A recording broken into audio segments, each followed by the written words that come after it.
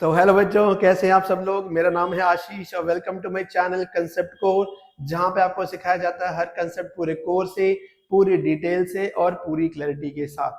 तो जैसे बच्चों पता ही है कि एग्जाम्स बहुत नजदीक आने वाले हैं, बहुत ही आ ही गए हैं, मतलब जो बस नेक्स्ट मंथ तो एग्जाम ही है।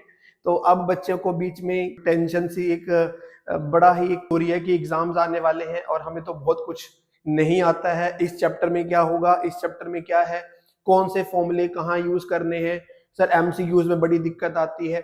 एमसीक्यू जब हम सॉल्व करने लगते हैं तो 1 घंटा हमारा एमसीक्यू में ही लग जाता है। तो इसी चीजों को देखते हुए आप क्या चाहिए सर, आपके लिए एक स्पेशल सीरीज लेके आए हैं जिसमें हर चैप्टर्स के टोटल 14 चैप्टर्स है। हर 14 चैप्टर्स के सभी इंपॉर्टेंट फॉर्मूलाज, सभी इंपॉर्टेंट रिजल्ट्स जो आपके एमसीक्यू में काम आएंगे, आपके केस स्टडी में काम आएंगे, आपके क्वेश्चंस में काम आएंगे, वो सारे के सारे हर चैप्टर की एक वीडियो जरूर आपको मिलेगी। डेली वीडियो आएगी आपके पास और कोशिश करूंगा कि एक वीडियो के अंदर 2 चैप्टर कवर कर दूं और बीच बीच में कुछ इंपॉर्टेंट क्वेश्चंस जो जरूर करने हैं इस चैप्टर के, वो क्वेश्चंस भी डिस्कस होंगे। हालांकि मैंने चैप्टर्स को लेकर तो अलग वीडियो बना रखी है, बट फिर भी इन इन रिजल्ट्स और फॉर्मूलाज के ऊपर साथ साथ में मैं बताता रहूंगा कि इसमें इस रिजल्ट से रिलेटेड कौन सा क्वेश्चन है, वो कैसे क्रैक करना है और एमसीक्यूज कैसे ध्यान से करने हैं। तो सारी चीजें हम डिस्कस करेंगे। तो बस वीडियोस को आपने लास्ट तक जरूर देखना है, कॉपी पेन जरूर लेके बैठे, क्योंकि बहुत इंपॉर्टेंट रिजल्ट्स और फॉर्मूलाज सारे के सारे बताऊंगा आपको। बिना किसी टाइम वेस्ट किए हुए शुरू करते हैं आज के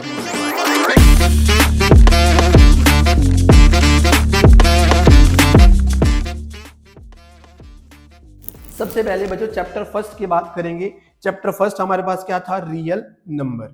तो रियल नंबर में इंपॉर्टेंट बातें जो आपके एमसीक्यूज में या क्वेश्चंस को सॉल्व करने में हेल्प करेगी, सारी की सारी लिखी हुई है। सबसे पहले है यूक्लिड डिवीजन लेमा। हालांकि सिलेबस का पार्ट तो नहीं था यूक्लिड डिवीजन लेमा, बट हम लोग जब एक क्वेश्चन प्रूव करते थे ना, √2 इज इरेशनल, उसमें इसका कहीं ना कहीं यूज होता था। तो जस्ट मैंने एक इंट्रोडक्शन से ही देनी है, बताना है कि वो है क्या थ्योरम। तो थ्योरम क्या है, Euclid division lemma. Given positive number A and B, statement याद करने की जरूरत नहीं है, समझने की जरूरत है। Given positive integers A and B, there exist unique integers Q and R satisfying this. अब इसका मतलब क्या है, ये तो सर ऊपर से जा रही है, ये तो क्या चीज है, क्या मतलब है इसका।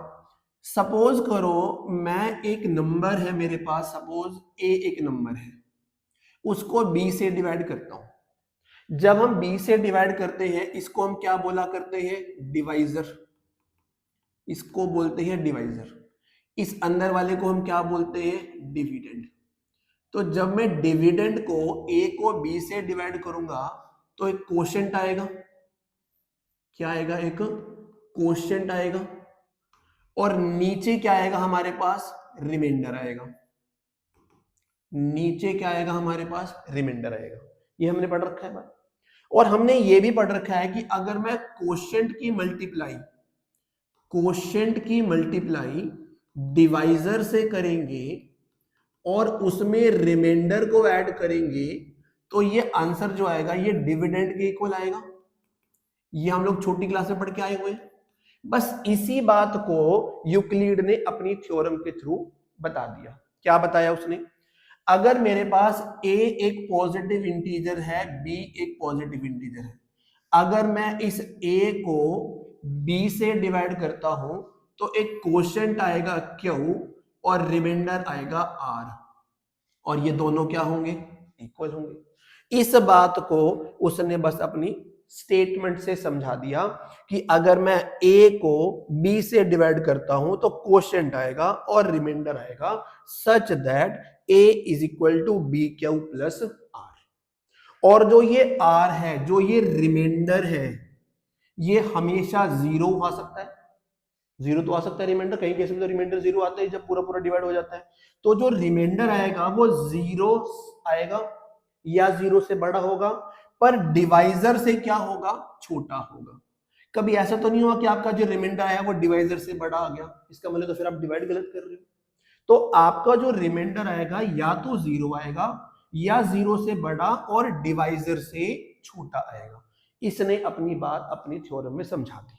पेपर में नहीं आएगा बट जरूरत पड़ सकती है, इसलिए मैंने रिजल्ट लिख दिया है कि कोई भी दो नंबर है a और b, अगर मैं a को b से डिवाइड करता हूं, क्वोशंट आएगा q, रिमाइंडर आएगा r, such that a is equal to B Q plus r। Remainder हमेशा 0 हो सकता है, 0 से बड़ा हो सकता है, और डिवाइजर से क्या होगा, छोटा होगा। पहले रिजल्ट ठीक है। दूसरा, फंडामेंटल थ्योरम ऑफ अर्थमेटिक, ये भी तुमसे पूछी जा सकती है। ये तो पूरी की पूरी एज इट इज स्टेटमेंट पूछी जा सकती है, पूछी जा सकती है। क्या है स्टेटमेंट का मतलब, एवरी कंपोजिट नंबर, कोई भी कंपोजिट नंबर जो है उसको मैं प्राइम के प्रोडक्ट की फॉर्म में रिप्रेजेंट कर सकता हूं। किसी भी कंपोजिट नंबर को प्रोडक्ट ऑफ प्राइम की फॉर्म में रिप्रेजेंट कर सकता हूं, और ये जो फैक्टराइजेशन होगी हमेशा यूनिक आएगी, हमेशा सेम ही आएगी। हाँ, उनके ऑर्डर अलग अलग हो सकते हैं कि पहले 2 आ गया बाद में 3 आ गया, या पहले 3 आ गया बाद में 2 आ गया, ऐसा हो सकता है, बट प्राइम फैक्टराइजेशन हमेशा क्या आएगी, सेम ही आएगी। क्या मतलब है मैं समझाता हूं, क्वेश्चन से समझा देता हूं इसको, एक क्वेश्चन से समझा देता हूं। सपोज करो मेरे पास एक प्राइम नंबर है, चलो प्राइम नंबर मैं ले लेता हूं फॉर एग्जांपल, चलो हम ले लेते हैं 24 ले लेते हैं। चलो 24 एक प्राइम नंबर है, मैंने इसको 2 से डिवाइड कर दिया, कितना आएगा 12। मैंने इसको 2 से डिवाइड कर दिया, कितना आ गया 6। मैंने इसको 2 से डिवाइड कर दिया, आ गया 3। मैंने इसको 3 से डिवाइड कर दिया तो कितना आ गया 1। तो ये कंपोजिट नंबर था, इसके मैंने प्राइम फैक्टर बनाए। ये प्राइम फैक्टर हमेशा ही यही आएंगे, हमेशा यही आएंगे। आप इसको चाहे तो पहले 3 से डिवाइड कर दो, उससे कोई फर्क नहीं पड़ता। 3 की टेबल में 24 कितने पे आएगा, 8 पे। 2 की टेबल में आएगा 4 पे। 2 की टेबल में आएगा 2 पे। 2 की टेबल में आएगा 1 पे। अभी भी तो प्राइम फैक्टर यही आए हमारी।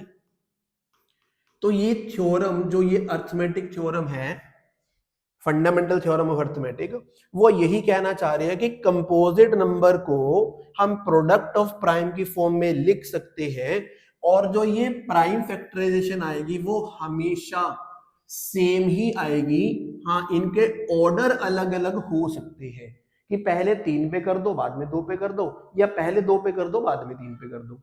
ऑर्डर आगे पीछे हो सकते हैं, बट प्राइम फैक्टराइजेशन कभी चेंज नहीं होती। स्टेटमेंट याद करके जानी है।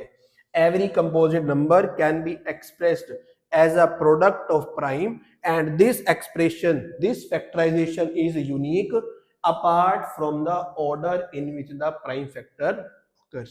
प्राइम फैक्टर जो है उनका ऑर्डर चेंज हो सकता है, प्राइम फैक्टर चेंज कभी भी नहीं हो सकते। तो ये बहुत इंपॉर्टेंट रिजल्ट है जो आपको याद रखना है। लिखते रहना बच्चों, जरूर लिखते रहना। नेक्स्ट, इसके बाद अगला रिजल्ट, नेक्स्ट रिजल्ट है हम लोग जो यूज करते हैं, क्वेश्चन आता है बड़ा इंपॉर्टेंट क्या, यूं समझ लो कि ये तो क्वेश्चन पक्का 3 नंबर का आना ही आना है, आता ही आता है, हर बार आता है, इस बार भी जरूर आएगा। एक क्वेश्चन आता है हमारे पास, प्रूव दैट √5 इज इरेशनल। आता था √5, √3, √2, ऐसे कोई भी क्वेश्चन पूछे तो उसमें एक रिजल्ट यूज होता था। अगर p एक कोई प्राइम नंबर है, p क्या है, प्राइम नंबर, अगर वो प्राइम नंबर किसी नंबर के स्क्वायर को डिवाइड करता है, कोई प्राइम नंबर किसी नंबर के स्क्वायर को डिवाइड करता है, तो वही प्राइम नंबर उस नंबर को भी डिवाइड करेगा जिसका ये स्क्वायर था। मतलब इसका, मान लो मेरे पास एक 6 का स्क्वायर एक नंबर है, 6 का स्क्वायर कितना होता है 36। 36 जो डिवाइड होता है, मान लेते हैं किसी प्राइम नंबर से डिवाइड हो रहा है, चलो 3 से मान लेते हैं, 3 से डिवाइड हो रहा है। तो ये देखना कि जिसका ये स्क्वायर है, 6 का स्क्वायर है ना, 6 भी पक्का इसी प्राइम नंबर से डिवाइड होगा। तो अगर किसी नंबर का स्क्वायर किसी प्राइम नंबर से डिवाइड होता है, तो वो नंबर जिसका स्क्वायर निकाल रहे हैं वो भी उसी प्राइम नंबर से पक्का डिवाइड होगा। ये रिजल्ट याद रखना है, उसमें जरूर पूछा जाएगा। तो वही लिखा है मैंने, if prime number p divides a square तो same prime number also divides a where a is a positive integer. ठीक बात। नेक्स्ट, ये बहुत एमसीक्यू में पूछा जाता है क्वेश्चन। सम, डिफरेंस, प्रोडक्ट और quotient of a rational and an irrational number is always irrational. अगर मैं रैशनल में इररेशनल ऐड कर दूं हमेशा क्या आएगा? इररेशनल आएगा। अगर मैं रैशनल में से इररेशनल माइनस कर दूं इररेशनल आएगा। रैशनल को इररेशनल से मल्टीप्लाई कर दूं तब भी इररेशनल आएगा। और अगर डिवाइड कर दूं तब भी क्या आएगा? इररेशनल। ये कई बार पेपर में पूछा जाता है एमसीक्यू में, तो इसलिए ये क्वेश्चन याद रखना पड़ेगा। रैशनल और इररेशनल को ऐड करने पर, सब्ट्रैक्ट करने पर, मल्टीप्लाई करने पर या डिवाइड करने पर हमेशा इररेशनल नंबर ही आएगा। बट इसमें भी एक बात ध्यान रखनी है, कई बार क्वेश्चन ऐसा आ जाता है कि 2 + √3 और तुम्हें दे दिया -√3, ये दे दिया क्वेश्चन, आपको बताना ये रैशनल है या इररेशनल है। तो पहले आप इसको क्या करोगे? सॉल्व करोगे। सॉल्व करने के बाद ही चेक करोगे अब ये नंबर कौन सा आ गया, अब ये कौन सा आ गया? ये रैशनल आ गया।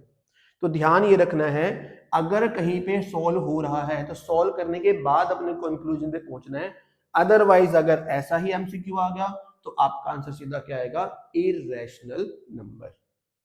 ठीक बात। चलो आगे, नेक्स्ट बढ़ते हैं आगे।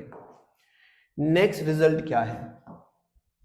सभी चैप्टर्स के फॉर्मूलाज, रिजल्ट, जितनी भी काम की चीजें सब बताऊंगा। बस आपने डेली वीडियो को जरूर देखना है और उसके जितने भी फॉर्मूलेज हैं अपने एक कॉपी के ऊपर लिखते जाने हैं। बहुत हेल्प करेगा बच्चे, बहुत मेहनत से बनाए हैं और ये मेरा एक्सपीरियंस कह रहा है कि इनमें से काफी सारे क्वेश्चन आप बहुत आराम से क्रैक कर पाओगे। फिर नेक्स्ट मेरे पास है, अगर आपसे क्वेश्चन पूछ ले कि कोई नंबर है, कोई भी नंबर है, सपोज एक नंबर दे दिया तुम्हें 6 की पावर n दे दिया, एनसीईआरटी में है, अपनी एग्जाम्पलर में भी है।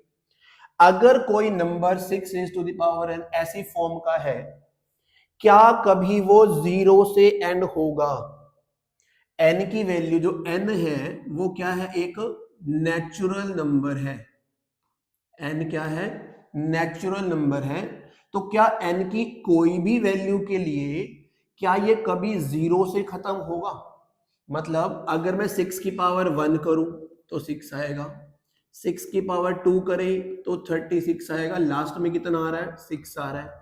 अगर 6 की पावर 3 है तो कितना आएगा? 216, इसके लास्ट में कितना आ रहा है? 6 आ रहा है। आपसे क्वेश्चन पूछा जाएगा कि क्या ये नंबर कभी 0 से खत्म होगा, या फिर पूछ लेते हैं कि क्या ये नंबर कभी 5 से खत्म होगा। ऐसे क्वेश्चन भी आते हैं पेपर के अंदर। अगर तुमसे पूछ लें कि क्या ये नंबर 0 से खत्म होगा, तो मुझे क्या करना है? इस अंदर वाले नंबर के फैक्टर बनाने हैं, प्राइम फैक्टर।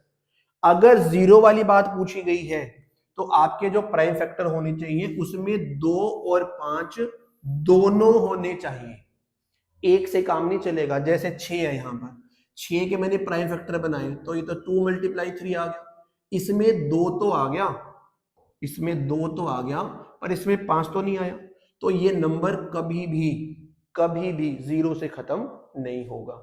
तो अगर 0 वाला क्वेश्चन पूछ ले तो अंदर वाले के प्राइम फैक्टर 2 और 5 दोनों होने चाहिए। अगर सिर्फ 5 पूछ लें कि क्या ये नंबर 5 से खत्म होगा, तो आपके प्राइम फैक्टर में एक 5 तो जरूर होना चाहिए। तो 5 होना बहुत जरूरी है। तो दोनों तरह के क्वेश्चन पूछ सकते हैं। क्या कभी 0 से खत्म होगा, तो प्राइम फैक्टर देख लेंगे, 2 और 5 होनी चाहिए, दोनों होने चाहिए, एक से काम नहीं चलेगा। अगर पूछ लें कि क्या ये नंबर कभी 5 डिजिट से खत्म होगा, तो उसके प्राइम फैक्टर में एक 5 तो जरूर होना चाहिए, तभी वो 0 से एंड होगा और ये 5 से एंड होगा। क्लियर? नेक्स्ट चलते हैं, नेक्स्ट रिजल्ट क्या है? For any 2 positive integers. अब हमें यह भी पढ़ रखा है कि अगर मैं 2 नंबर का एचसीएफ निकालूंगा, दोनों नंबर का एलसीएम निकालूंगा, तो वो नंबर दोनों का प्रोडक्ट उन दोनों नंबर के प्रोडक्ट के बराबर होगा। कोई भी आपके पास कोई भी दो नंबर दे दिए, दो नंबर का आपने क्या निकाल लिया, एचसीएफ भी निकाल लिया, एलसीएम भी निकाल लिया। दोनों नंबर का प्रोडक्ट, एचसीएफ और एलसीएम का प्रोडक्ट उन दोनों नंबर के प्रोडक्ट के बराबर आएगा, हमेशा ही इक्वल आता है। और इस रिजल्ट का बहुत जगह यूज करते हैं। कई बार क्या होता है, तुम्हें एचसीएफ कह देंगे निकालने के लिए, एलसीएम दे रखा होगा, प्रोडक्ट दे रखा होगा, या दो नंबर दे रखे होंगे। इस नंबर को इसको निकालने के लिए ये दोनों दे रखे हैं, बस आपने इधर जाकर क्या कर देना है, डिवाइड कर देना है। ठीक बात। तो एचसीएफ और एलसीएम का प्रोडक्ट हमेशा नंबर के प्रोडक्ट के बराबर आएगा जिन नंबर का आपने एलसीएम और एचसीएफ निकाला है। पर ये बात दो के लिए एप्लीकेबल है, तीन नंबर के लिए ये बात एप्लीकेबल नहीं है। कि अगर मैं कहूं कि मेरे को तीन नंबर दे रखे हैं, तीनों का एचसीएफ निकालो, तीनों का एलसीएम निकालो, और वो तीनों नंबर के प्रोडक्ट के बराबर है, ऐसा नहीं है। दो में तो चलता है, तीन में ये रिजल्ट काम नहीं करता। याद रखनी है बात, ठीक है। नेक्स्ट चलते हैं आगे। नेक्स्ट रिजल्ट क्या कहता है हमारा, नेक्स्ट रिजल्ट क्या कहता है। हाँ, एक ये बड़ा इंपॉर्टेंट सी बात है। बच्चे अक्सर पूछते हैं कि सर हमें कैसे पता लगेगा क्वेश्चन में सर एलसीएम निकालना है या सर एचसीएफ निकालना है। तो बच्चों ये बात बहुत कॉमन सी है, दो तीन चीजों से पता लग जाता है कि मुझे एलसीएम चाहिए या एचसीएफ चाहिए। या तो क्वेश्चन में लिखा आ जाए कहीं पे स्मॉलेस्ट, शॉर्टेस्ट, या कहीं पे लिखा आ जाए लीस्ट। इसका मतलब तो निकालना है आपको एलसीएम। और कहीं पर लिखा आ जाए ग्रेटेस्ट, कहीं पे लिखा आ जाए लॉन्गेस्ट, हाईएस्ट, इसका मतलब आपको निकालना है एचसीएफ। फिर भी कई बार समझ नहीं आता अगर, तो मैंने एक फंडा लिखा है, सिंपल सा फंडा है। आप ये सोचो जो भी दो नंबर दे रखे हैं जिसके बारे में क्वेश्चन पूछा गया है, अगर आपका आंसर उससे बड़ा आएगा, उन नंबर से बड़ा आएगा, तो आपको एलसीएम निकालना है। और अगर आपका आंसर उन नंबर से छोटा आएगा तो आपको निकालना है उसका एचसीएफ। तो आपको क्या निकालना है, एचसीएफ। मैं एक एग्जांपल समझाता हूं। एक एग्जांपल है, मान लेते हैं सपोज एक क्वेश्चन हमारे पास एनसीईआरटी की बुक में क्वेश्चन है, दो एथलीट है रवि एंड सोनिया। रवि जो है वो एक चक्कर, एक सर्कुलर ट्रैक पे एक चक्कर जो काट रहा है, रवि लगाता है 12 मिनट। पूरा राउंड कंप्लीट करने में कितने मिनट लगाता है, 12 मिनट रवि। जबकि सोनिया उसी राउंड को कंप्लीट करने में 18 मिनट लगाती है। अगर वो दोनों एक जगह से स्टार्ट होते हैं तो दोबारा सेम स्टार्टिंग पॉइंट पे कब मिलेंगे। अब आप मुझे सोच के बताओ कि वो कितने मिनट के बाद मिलेंगे। क्या इनसे छोटा आंसर आएगा या इससे बड़ा आंसर आएगा। क्या वो 12 मिनट से पहले मिल जाएंगे क्या, अरे दौड़ेंगे तो 12 मिनट के बाद ही तो मिल पाएंगे, 18 मिनट के बाद ही तो मिल पाएंगे। तो आपका जो आंसर है वो इन दोनों नंबर से क्या आ रहा है, बड़ा आ रहा है। अगर आपका आंसर बड़ा आ रहा है तो आपको निकालना है एलसीएम, और अगर आपका आंसर इससे छोटा आएगा तो आपको क्या निकालना है, एलसीएम। तो क्या निकालना है, सॉरी, अगर आंसर आपका बड़ा आएगा तो आपको निकालना है एलसीएम, और अगर आपका आंसर छोटा आ रहा है तो आपको निकालना है उसका एचसीएफ। एक और क्वेश्चन समझाता हूं, एक याद करो, एक बर्फी वाला क्वेश्चन है हमारी एनसीईआरटी की बुक में। कहते हैं कि हमारे पास कुछ काजू बर्फी है, 420 जो है वो काजू बर्फी है, और कुछ 130 जो है वो बादाम बर्फी है, कुछ ऐसा है। उनको स्टैक में लगाना है, स्टैक मतलब ढेरियों में लगाना है उसको। अगर उसको ढेरियों में लगाना है तो बताओ हर ढेरी में कितनी बर्फियां आएंगी। अब सोचने वाली बात है कि हर ढेरी में 420 से ज्यादा बर्फियां तो नहीं आएंगी, इससे तो कम ही आएंगी, 130 से कम ही आएंगी। हर ढेरी में 130 से तो कम ही आएंगी, ज्यादा थोड़ी आ जाएंगी। इसका मतलब है आपका जो आंसर है इन दोनों नंबर से क्या आने वाला है, छोटा आने वाला है। और अगर छोटा आंसर आएगा तो आपको क्या निकालना है, एचसीएफ। तो इस बात का बस ध्यान रखना है कि क्वेश्चन ये समझो कि आपको जो निकालना है, जो आंसर आएगा वो उन दोनों गिवन नंबर से छोटा आएगा तो निकालना है एचसीएफ, और अगर इन दोनों से बड़ा आंसर आएगा तो आपको निकालना है उसका एलसीएम। ये बात ध्यान रखोगे, क्वेश्चन बड़े आराम से क्रैक होते हैं।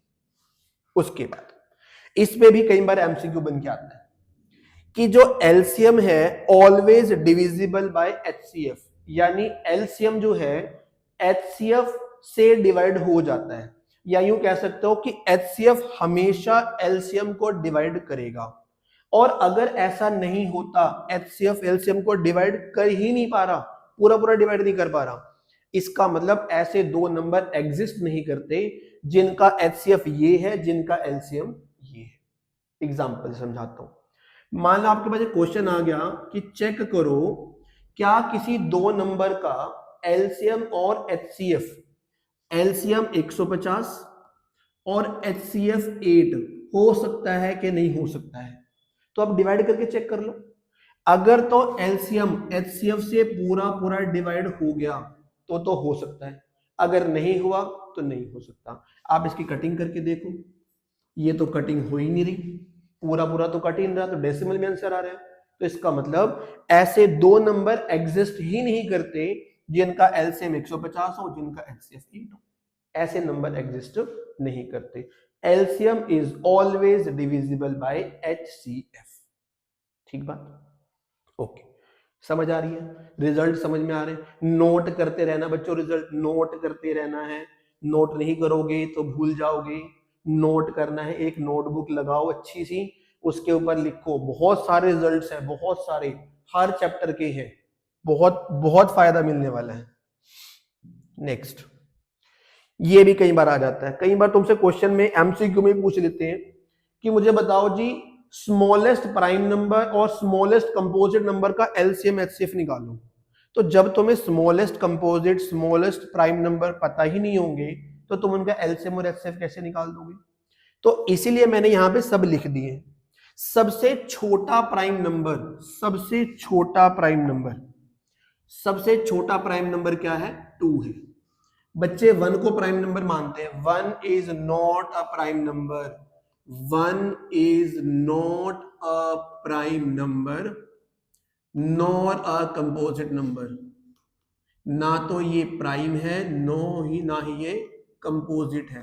ध्यान रखना है 1 को, कभी प्रोबेबिलिटी में भी आता है question, 1 is not a prime number nor a composite number, ना ये प्राइम है ना कंपोजिट है। सबसे छोटा प्राइम नंबर 2 है। सबसे छोटा कंपोजिट नंबर, जो प्राइम नहीं होते वो क्या होते हैं? कंपोजिट, जो अपने और 1 के अलावा किसी और के टेबल पे भी चले जाते हैं। सबसे छोटा कंपोजिट नंबर 4 है। सबसे छोटा even prime number, even prime number भी एक ही होता है, बाकी सारे प्राइम नंबर ओड होते हैं, इवन प्राइम नंबर सिर्फ एक होता है, वो होता है 2।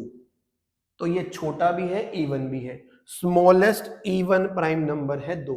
Smallest odd prime number, odd prime number वो है 3। Smallest odd prime number, odd भी हो प्राइम भी हो, 3। सबसे छोटा even composite number, even composite number वो है 4। इवन भी है कंपोजिट भी है, सबसे छोटा ही है। इससे पीछे चले जाओ, 1 प्राइम नंबर नहीं है, कंपोजिट नहीं है, 2 is a prime number, 3 is a prime number, 4 क्या हो गया? 4 क्या हो गया? कंपोजिट नंबर है, इवन भी है कंपोजिट भी है। सबसे छोटा ओड कंपोजिट नंबर, ओड भी हो और कंपोजिट भी हो, ओड होना चाहिए। 1 तो प्राइम नहीं है, कंपोजिट नहीं है, 2 प्राइम है पर इवन है, 3 प्राइम है, 4 प्राइम नहीं है, कंपोजिट है पर वो इवन है, 5 ओड नंबर है, 5 क्या है? ओड नंबर, प्राइम है, 6 क्या है? इवन है, कंपोजिट है, 7 क्या है? ओड है, प्राइम है। तो जो ओड कंपोजिट नंबर आएगा वो सबसे पहले कौन सा आएगा? 9 आएगा। तो कई बार पेपर में पूछ लेते हैं, इससे भी क्वेश्चन आते हैं कई बार कि स्मॉलेस्ट इवन कंपोजिट नंबर और स्मॉलेस्ट ओड कंपोजिट नंबर के बीच का एचसीएफ और एलसीएम बताओ कितना आएगा। तो ये बात तो तुम्हें पता होनी भी तो चाहिए, तभी तो बताओगे। समझ आ रही है बात ये? ठीक है ना? इसलिए बता रहा हूं, बहुत इंपॉर्टेंट चीजें बता रहा हूं, पेपर में जरूर काम आएंगी, जरूर काम आएंगी। नेक्स्ट बढ़ते हैं आगे, और क्या रिजल्ट लिखे हैं मैंने इस चैप्टर के। ओके जी, अगर मान लो तुमसे कोई भी पूछ ले क्वेश्चन, 2 प्राइम नंबर दे दे तुम्हें, कोई भी 2 प्राइम नंबर दे दे, प्राइम नंबर मान लो एक नंबर दे दिया 5, एक नंबर दे दिया 7, और तुम्हें कह दिया बताओ जिसका HCF क्या है। HCF क्या होता है? हाईएस्ट कॉमन फैक्टर, जो इसको भी डिवाइड कर दे, इसको भी डिवाइड कर दे। याद रखना ये प्राइम नंबर का HCF हमेशा कितना आएगा? 1 आएगा। ज्यादा सोचने की जरूरत ही नहीं है। अगर दोनों ही प्राइम नंबर है तो उनका HCF कितना आएगा? 1। और अगर पूछ ले उनका LCM कितना आएगा, तो भाई दोनों का प्रोडक्ट जो भी आएगा वही उसका LCM आएगा। तो ये बात ध्यान रखनी है। अगर MCQ में क्वेश्चन आ जाता है, कोई 2 प्राइम नंबर दे दिए, कह रही अच्छा इनका बताओ जी HCF कितना आएगा, तो उनमें से कॉमन क्या आएगा? कॉमन मतलब जो दोनों को डिवाइड करे, 5 को भी डिवाइड करे, 7 को भी करे, तो वो कॉमन नंबर क्या आएगा? 1 आएगा। और एलसीएम निकालना होगा तो एलसीएम क्या करोगे? दोनों का प्रोडक्ट। तो प्राइम नंबर अगर है तो HCF आएगा 1, और अगर 2 प्राइम नंबर है तो उनका एलसीएम क्या आएगा? उनका प्रोडक्ट। ये रिजल्ट बहुत जरूरी है, सभी जरूरी है रिजल्ट, तो कुछ नहीं पता कौन से कहां से चीज क्या आने वाली है। उसके बाद यहां पर मैंने एक प्राइम नंबर लिख दिए 1 से लेकर 100 तक, आप भी लिख लो जरा इसको, क्योंकि ये क्वेश्चन प्रोबेबिलिटी में भी कई बार आ जाता है कि 1 से लेकर 100 तक के नंबर्स हैं, उनमें से मैंने एक पर्ची सिलेक्ट करी है और उनमें से बताओ कि भाई प्राइम नंबर निकलेगा। अब वो 1 से लेकर 100 तक आपको प्राइम नंबर पता भी तो होने चाहिए कौन कौन से हैं, और ये आपको हेल्प करेगा कब? जब HCF और LCM में जब आप प्राइम फैक्टराइजेशन करोगे तो कहीं ना कहीं आप प्राइम नंबर पे अटक जाते हो या गलत प्राइम नंबर ले लेते हो। तो ये चीज आपकी प्राइम नंबर में भी काम आएगी, HCF LCM में भी काम आएगी, और प्रोबेबिलिटी में भी काम आ सकती है। तो ये प्राइम नंबर 1 से लेकर 100 तक मैंने सारे लिखे हुए हैं। टोटल 25 प्राइम नंबर बनते हैं, याद रखना, टोटल 25 प्राइम नंबर बनते हैं 1 से 100 के बीच में, जिसमें 1 ना तो प्राइम में आता ना ही कंपोजिट में आता। बता रखी बात है, क्लियर? पक्का? यहाँ पे हमारा चैप्टर 1 कंप्लीट हो गया। सारे रिजल्ट बेटे कॉपी पे जरूर नोट करने हैं, नोट करके उनको रिवाइज जरूर करना है, और फाइनल एग्जाम से पहले एक बार इनकी रीडिंग जरूर लेके जानी है। ऐसे ही और बहुत सारे सभी चैप्टर्स को लेकर मैं वीडियो बनाने वाला हूँ। हो सकता है किसी वीडियो में 2 चैप्टर हो जाए, हो सकता है किसी वीडियो में 3 चैप्टर भी हो जाए जो छोटे चैप्टर्स हैं, पर रिजल्ट और फॉर्मूले सबके इंपॉर्टेंट वाले ही मैंने नोट करके हैं। सब कुछ बताऊंगा, बस आपने चैनल को सब्सक्राइब जरूर करना है, लाइक जरूर करना है, अगर कोई क्वेरी है तो कमेंट जरूर करना है, जरूर देखना है। तो मिलते हैं अपनी नेक्स्ट वीडियो के अंदर, तब तक के लिए।